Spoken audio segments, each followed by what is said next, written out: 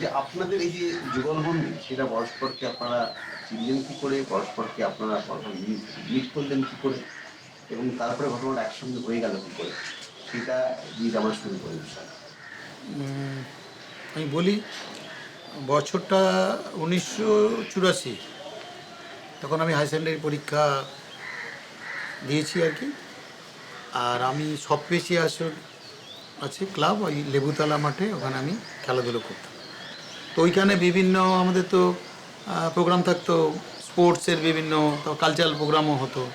তো cultural programme হলেই নাটক তো আমি এমনি করতামই, বা একটু আবৃত্তি করলাম, কিন্তু ওই তার সঙ্গে আমাকে বলতে হয়, তুমি যে আওয়াজ জানো সেটা একটু কর। তা আমি দু চারটে এমনি আওয়াজ টাওয়াজ জানতাম, হ্যাঁ, পাখি ঝড় ফড় এসব করতাম।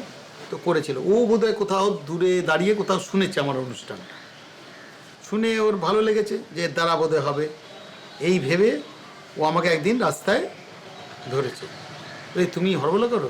হ্যাঁ করি, আমি এই টিভি টিভি রেডিও থেকে দেখে দেখেই একটু শিখেছি আর কি। তাহলে তুমি আমার সঙ্গে করবে, আমি তোমাকে অনেক জায়গায় প্রোগ্রামে নিয়ে যাব। এই রিসেন্ট আমার স্টেটসম্যানের প্রোগ্রাম আছে, হ্যাঁ, বিভিন্ন জায়গায়। তখন বিশ্বকর্মা পুজো আর কয়েকদিন পরেই ছিল, সপ্তাহখানেক পর। আমার একটা প্রোগ্রাম আছে, তা তুমি চলো না। আমার আগে পার্টনার ছিল, সবই বললো। তাহলে আমায় তো বললে হবে না, বাড়িতে বাবাকে বলতে হবে। ও বলছে আমার ছেলেকে দেবেন, ওই ছেলেকে নেবেন মানে কী করবো ছেলেকে? না, ছেলেকে নিয়ে একটু ওই আমার সঙ্গে একটু হরবলা করবে, শব্দ করবে। আমি বিভিন্ন জায়গায় করি, রেডিও ফেডিও অনেক জায়গায় করেছি আমি, তোকে নিতে চাই। বলছি না, ও তো এখন পড়াশোনা করছে, যে পড়াশোনার মাঝে যখন ও ফ্রি থাকবে তাহলে একটু করবে। সেই ফার্স্ট ওর সাথে আমার মেয়ে। তারপরে এই প্রথম আমার কিন্তু ওই বিশ্বকর্মা পুজো দিয়ে কিন্তু প্রোগ্রাম শুরু, স্টেজম্যানে করেছিলাম এবং খুব ভালো হয়েছিল। এবং সেই দিনকে মানে ওই বদমাশির চিন্তায় এসে গেছে স্টেজে উঠে।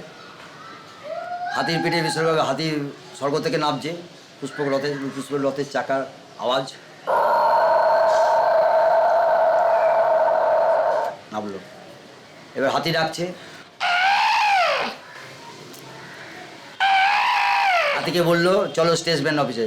কিন্তু হাতি গিয়ে দেখে বিশাল বড় বড় রাস্তায় গর্ত, সিএমডি তখন গর্ত করছে, আনন্দবাজারে নিয়ে গেছে। হাতিকে বলছে এই কী করেছো তুমি, আমাকে আনন্দবাজারে নিয়ে এসছো কেন? স্টেজ ম্যানেজার হ্যাঁ বলে আবার হাতি ডাকলো, ব্যাস এবার স্টেজ আবার ওকে স্টেজম্যানে নিয়ে আসা।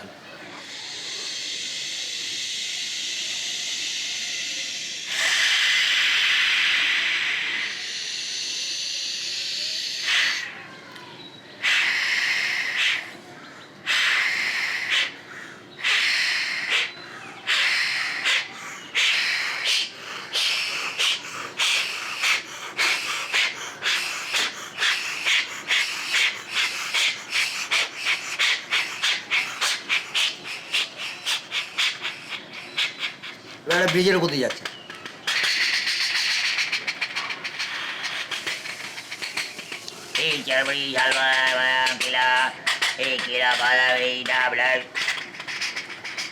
একটা দমকা হাওয়া আমাদের পাশ দিয়ে বেরিয়ে গেল জানার সঙ্গে।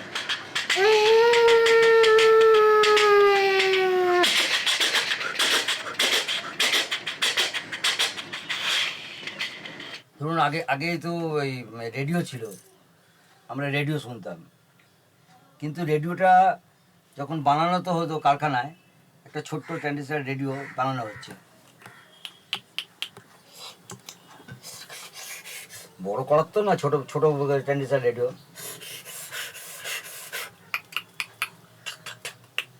এবার পার্টসগুলো লাগানো হচ্ছে, এবার রেডিওটা পুরো গোটা তৈরি হয়ে গেল। এবারে টেস্ট করছে।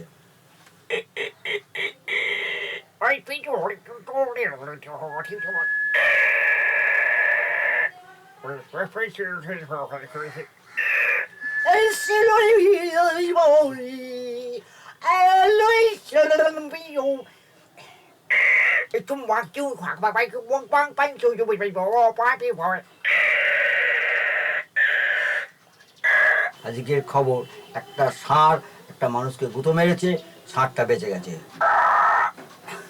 এই শব্দ করা এই ছোটবেলায় আপনার মাথায় এলো কিভাবে? মাথায় এলো বলতে, যখন ধরুন কোকিল ডাকছে, চড়াই পাখি ডাকছে, বদ্রিকা পাখি ডাকছে, টিয়া পাখি ডাকছে, এই যে ডাকটা আমি মাঝে মাঝে নকল করতাম। এই নকল করাটাই থেকে দেখলাম যখন একটা দুটো আসে তার মানে আরও ভেতরে জমা আছে। এইভাবে তখন আমি আস্তে আস্তে তখন রেডিওর নাটক শুনছি, নাটক থেকে কিছু শব্দ নিচ্ছি। যেমন রেডিওতে একটা করলাম, হ্যাঁ শের আফগান যাত্রা ছিল। তরোয়ালের আওয়াজ থেকে আরম্ভ করে সব করতে আমরা তো তরোয়াল চালাই নাই কোনোদিন।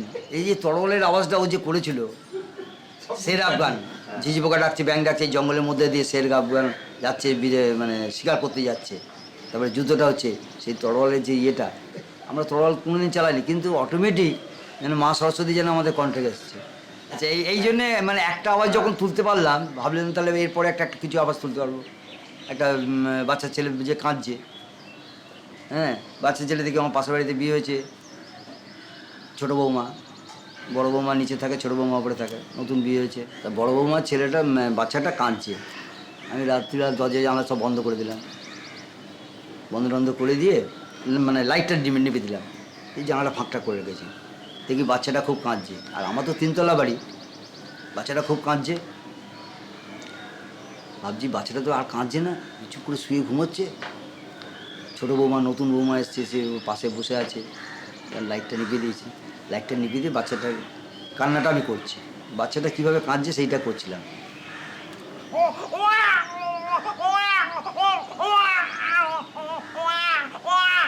তখন ওই বড় বৌমা ছুটে এসছে, বাচ্চাটা কাঁদছে, তখন শাশুড়ি বলছে, ও বৌমা, পাশে একজন হড়বড়া থাকে। মানে শব্দ দেখলে খেয়ে ফেলি, মানে আমাদের শরীরে সব শব্দ আছে। এই যে শব্দ খেয়ে ফেলার যে প্রক্রিয়াটা, সেইটা সবসময় আপনার খাদ্য খাচ্ছে, যা শুনে সব খেয়ে নিচ্ছেন নাকি? ওটা ঘটছে কিভাবে? চেষ্টা করছি যে এই শব্দটা এরকম হচ্ছে, এটা কীভাবে হচ্ছে, এগুলো ভাবতাম। তারপরে এই আপনার ওই যে মহাকাশযান কীভাবে যায়, টিভিতে আমরা যতটুকু শব্দ পেয়েছি বা শুনেছি, ওটা শুনে আমরা চিন্তা করলাম এটা কীভাবে করে। তারপরে ওটা চিন্তা করে ওটাও আর করলাম, হ্যাঁ, এই কীভাবে করছে। তারপরে এই এয়ারপোর্ট থেকে প্লেন কীভাবে উড়ে যাচ্ছে, আবার এসে ল্যান্ড করছে, এই যে এগুলো দেখে দেখে শুনে শুনে এগুলো করা। কিন্তু এয়ারপোর্টে গেছি, বসে দেখেছি ব্যাপারটা কেন মুখ কী করে হচ্ছে, প্লেনটা চলে যাওয়ার পর একটা অন্যরকম একটা আওয়াজ হয়, প্লেনটা উপর দিয়ে চলে যাওয়ার সময়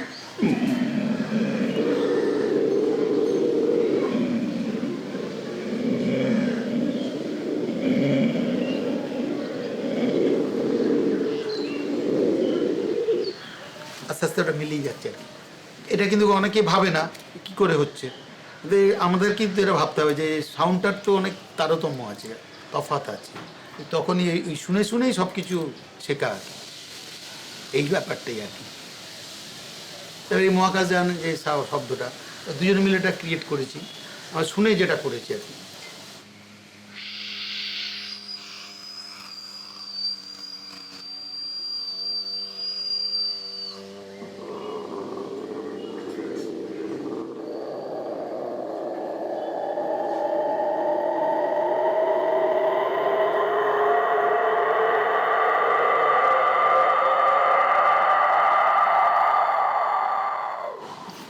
এরকম আর কি, এগুলো ক্রিয়েট করে শুনে শুনেই করা। তারপর পরে মিলিয়ে দেখেছি প্রায় একই রকম, হয়তো অতটা হচ্ছে না, কিন্তু সাউন্ড পেলে আরও ভালো হয় ওটা সাউন্ডে। তখন ওই সাউন্ডের একটু কায়দা আছে, ওটা করতে হয়, এই জায়গাটা তুমি এতটা টাইম রাখবে, তারপরে অফ করে দেবে, নাহলে ওটা কন্টিনিউ আবার হতে থাকবে, এগুলো কন্ট্রোলের মোটা করে দেবে, রোগা করে দেবে। এবং মানে মাউথপিসে বিভিন্ন জায়গায় কিন্তু বিভিন্ন রকম সাউন্ড হয় কিন্তু, এবং নিজেকে থ্রো করাটাও অনেক কিছু জানতে হবে কায়দা।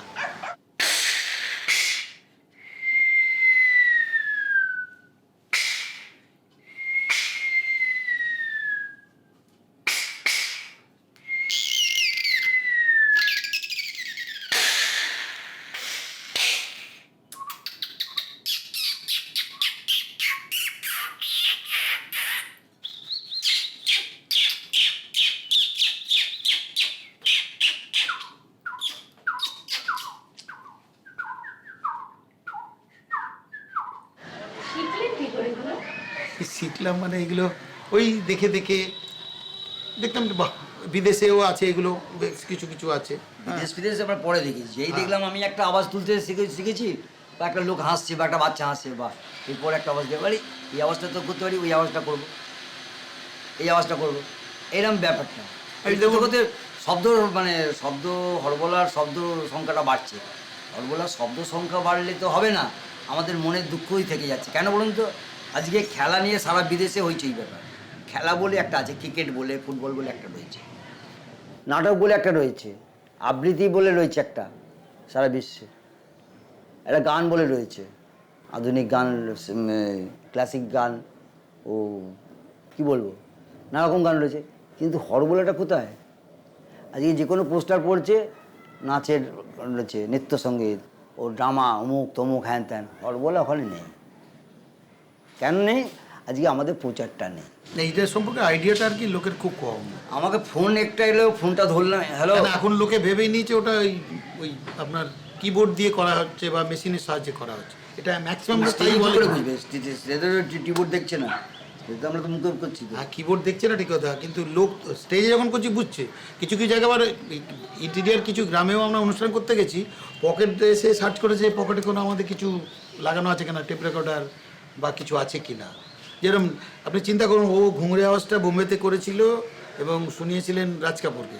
রাজ কাপুর মহাশয় এসে পর্যন্ত বিশ্বাস করেনি ঘুঙরে আওয়াজটা কী করে করলো। বলে পকেট মে কুছ হ্যাঁ কে, ওকে জিজ্ঞেস করেছে। হ্যাঁ, তখন বলছে না, বলে করো তো ও সামনে আবার করেছে। তো শোনার পর তো আবার বিশ্বাস হচ্ছে, হ্যাঁ সত্যি তো।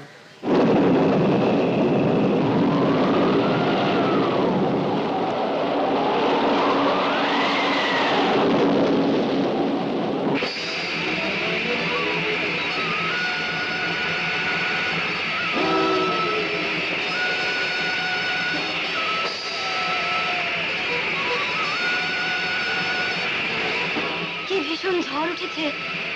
প্রলয়ঙ্করী শ্যামা মা আমার জেগে উঠেছে। মায়ের এই ভয়ঙ্কর রূপ আমাকে দু নয়ন ভরে দেখতে দাও।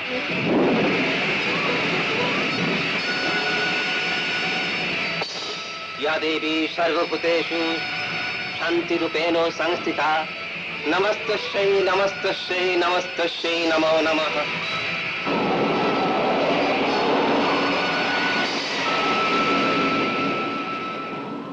এক সময় এইটা দিয়েই ম্যাক্সিমাম সিনেমার কাজ হয়েছে। যেমন ধর্নিমের ওখানে ও সব শব্দগুলো কিন্তু একজন হরবলাই করেছিলেন। হুম, আমরা ওই রাজা রানী বাদশাতে করেছি, না আমরাও অনেকগুলো ফিল্মে কাজ চোখের করেছি। বাড়িতে করেছি, মাতৃভক্ত রামপ্রসাদেও করেছি। এই ঐশ্বর্য রায় যখন ওই পুকুর পাড়ে স্নান করতে যাচ্ছিলেন, পায়ের যে মলের আওয়াজটা ওই কিন্তু করেছিল। আচ্ছা, হ্যাঁ, বলে ওটা আমাদের তোলা নেই, এটা তুমি একটু করে দাও তো। তো ও কিন্তু করে দিয়েছে, তুলে নিয়েছিল স্টেপগুলো। এটা করে দিয়েছি। ওই চমচম করতে করতে যাচ্ছে আর কি। আস্তে আস্তে করে।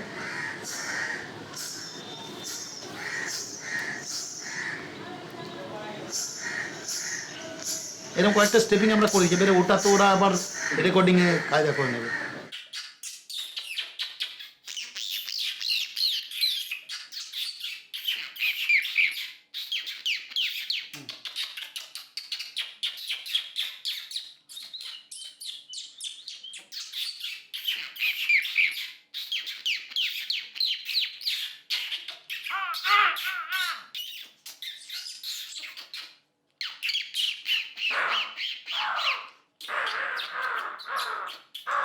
আমরা যখন এই প্রোগ্রাম করি তখন হয়তো মনে পড়ে যায়, তখন বাচ্চাদের মানে বয়স্ক লোকেদের বা আমাদের মায়েরা বোনেদের তাদেরকে আনন্দ দেওয়ার জন্য, আজকে আনন্দ তো ভুলেই গেছি, আনন্দ দেওয়ার জন্য তখন আওয়াজগুলো আমরা করি।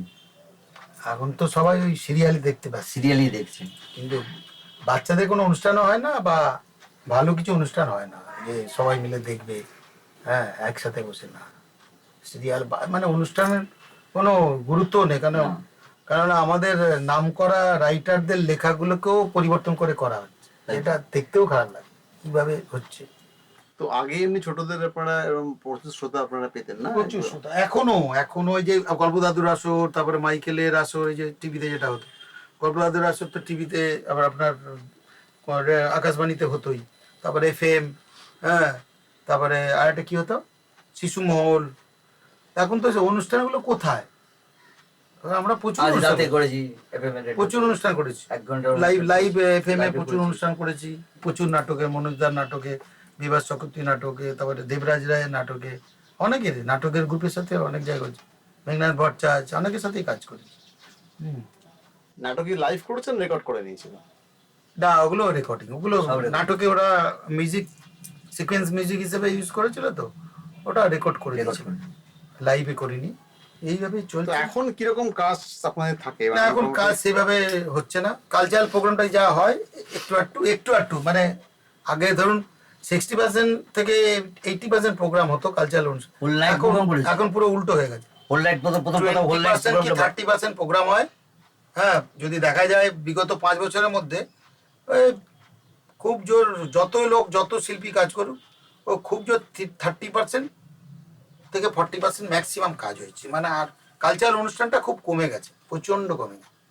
এখন ওই সিরিয়ালের প্রতি লোকে আকৃষ্ট হয়ে যাচ্ছে, ওইগুলোই দেখছেন, কিন্তু কালচারাল অনুষ্ঠানটার জায়গাটা খুব নষ্ট হয়ে গেছে।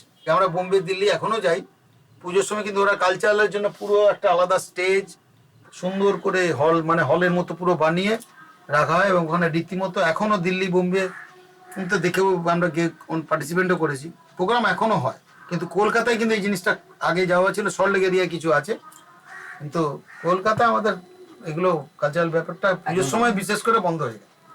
এখন এই এত ভিড়ভাড়টা, নতুনত্ব, চমক দিয়ে লোককে অ্যাট্রাকশন করার জন্য প্রোগ্রামটাও বন্ধ হয়ে গেছে। তো এই যে সমস্ত ঘুরে ঘুরে ফিরে ফিরে আসে দেখুন, হ্যাঁ। তো আপনাদের কি মনে হয় এই হরবোলাও কি আবার তার নিজের গরিমায় ফিরে আসবে? আশা তো রাখি, এখন আমাদের তো বিশ্বাস আছে, দৃঢ় বিশ্বাস আছে, ফিরে আসবেই, আসতেই হবে। কেন বলে না, পূর্ণ চাল ভাতে বাড়ে। মানে আর 2-1 বছর বাদে আমি ফুল ফর্মে রাখবো, ইচ্ছে আছে, চিন্তা আছে, এবং বহু জায়গায় তো প্রোগ্রাম করেছি। মানে আমি এইটুকুনি বলতে পারি, মানে আমার অহংকার বা ঠাকুর মানে ঠাকুর রামকৃষ্ণদেবও বলেছে, সারদামাও বলেছে, অহংকার করবি না। অহংকার আমি করছি না। আমি হরবোলা দিয়ে আবৃত্তি দিয়ে হরবোলা করেছি, তারপরে আপনার আবৃত্তির সঙ্গে ক্যাসেটও করেছি, হরবোলা দিয়ে ক্যাসেট করেছি, বৌদ্ধদের সঙ্গেই করেছি তো। বৌদ্ধদের সঙ্গে আছে, হ্যাঁ। সেটা এফএম এ করেছি। এফএম এ প্রথম আমরা দুজনে করি, বাসুজান্ত এফএম এ হরবোলা করেছি, বৌদ্ধদের সঙ্গে করেছি। বৌদ্ধদের সঙ্গে। সেই ঝিঝি পোকার ডাক রাত্রিবেলা, নেতাজি ঝড়, সুভাষ বোস বৃষ্টি, এগিয়ে সব। যাচ্ছে, হ্যাঁ, মার্চের ঝড়, আওয়াজ, বৃষ্টি, সব ঝড় বৃষ্টি, সবই ছিল। সবই ছিল। জায়গাটার নাম ইম্ফল। গভীর রাত, চারিদিকে ঘন অরণ্য, পাহাড়ি অঞ্চল। সে ঘুটঘুটে ভয়ঙ্কর রাতে চারিদিকে হিংস্র জন্তুদের হাহাকার, ঝোড়ো বাতাস বইছে, এক ভয়ঙ্কর পরিবেশ। তারই মধ্যে হাজার হাজার পদাতিক সৈন্য মার্চ করতে করতে এগিয়ে চলেছে শত্রু শিবিরের দিকে। Left right, left right, left right. হঠাৎ সে ঘন অন্ধকারের বুক চিরে দেখা গেল কেউ যেন আসছে।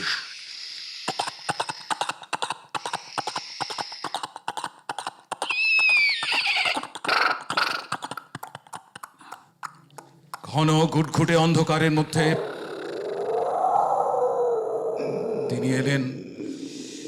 চারিদিকে একবার তিনি তার রক্ত চক্ষু বুলিয়ে নিলেন, তারপর তিনি হুঙ্কার দিয়ে উঠলেন তার বজ্রনীনাদ কণ্ঠে, ফায়ার! অকথ্য সেই অত্যাচারের মধ্যে সেই অকুত ভয় সেনাদল কিন্তু স্বীকার করেনি তাদের নেতার নাম। বলতেই হবে, তোমাদের নেতা কোথায়? না না, কিছুতেই বলবো না। তারা কিছুতেই সেদিন স্বীকার করতে চায়নি। রক্ত গঙ্গা বয়ে গেল সেদিন সেই পাহাড়ের বুকে। কত শত সৈনিক প্রাণ দিল, কত মা তাদের পুত্রকে হারালো, কত বোন তাদের ভাইকে হারালো, কত স্ত্রী তাদের স্বামী হারা হলো। সে ভয়ঙ্কর যুদ্ধের মধ্যে দিয়ে এদিন 33 কোটি ভারতবাসীর উদ্দেশ্যে শর্ট ট্রান্সমিটারে সেদিন নেতাজি সুভাষ বোসের কণ্ঠস্বর শোনা গেছিল, তোমরা আমাকে রক্ত দাও, আমি তোমাদের স্বাধীনতা দেব। तुम हमको खून दो, मैं तुमको आजादी दूंगा। Give me blood and I will promise your freedom. জয় হিন্দ। হরবোলা ফিরে এলে তো এক্স্যাক্টলি হরবোলার মতো করেই ফিরে আসবে, নাকি অন্য হয় ফিরে আসবে বলে আপনাদের মনে হয়? সেটা দেখুন, মডার্ন যুগে, আধুনিক যুগে সেটা অন্যভাবে ফিরে আসতেও পারে, কিন্তু পুরনো জিনিসটা শব্দ তো আর বাইরে কিছু হচ্ছে না। আমরা তো পারিপার্শ্বিক বা সারা ভারতবর্ষ, সারা পৃথিবীতে শব্দ ছাড়া তো কোনো মানুষ চলতে পারে কি? পারে না। আমি ডাকলেও শব্দ করেই ডাকছি, কিন্তু আমি ইশারা করলে তো হবে না। হ্যাঁ, শব্দই সব কিছু, পাখি থেকে আরম্ভ করে, প্রকৃতি থেকে আরম্ভ করে, মেঘ থেকে আরম্ভ করে, মানে সব কিছু। ভূমিকম্প হলেও শব্দ হচ্ছে, মানে মানুষ আস্তে আস্তে কথা বলতেছে, পরিবর্তনের। কিন্তু শব্দটা এনেছে। আজকে দেখুন, শব্দটা সারা ওয়ার্ল্ডে কেউ এই শব্দ জিনিসটা নিয়ে যে আমরা করছি, সেটা সেটা কেউ মানে ইয়ে চিন্তা করছে না, ভাবনা করছে না, চিন্তা করছে না, তাদের মনে তারা এগিয়ে আসছে না। এই শব্দটাই হচ্ছে প্রথম।